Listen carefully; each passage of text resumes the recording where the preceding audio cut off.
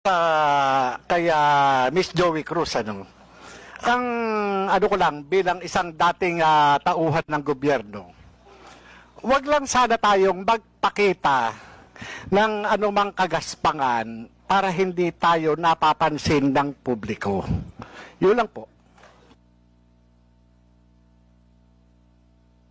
Ano yung ibig sabihin? Huwag lang magpakita ng kagaspangan para hindi makita ng publiko.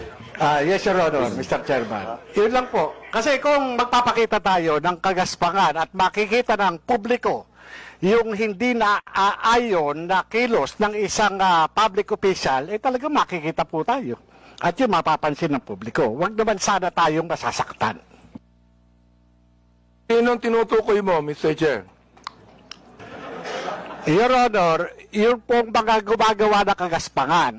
Yun po yun. Sino nga yung tinutukoy mo? Aba, hindi ko po alam. Siguro po, maaaring kayo po, Your Honor, mawalang galang na po, nasa inyo po yun kung sino po yung mapapatungkulan nun. Mr. Chair, ano ba yung kagaspangan na narinig mo? Sino nagsabi ng kagaspangan? Your Honor, ito po bilang isang dating tauhan ng gobyerno. Nagiging maingat dapat ang isang tauhan ng gobyerno habang siya ay nanunungkulan.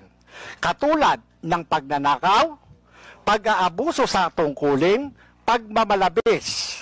Yan po yung isa sa mga dapat na tinitingnan natin.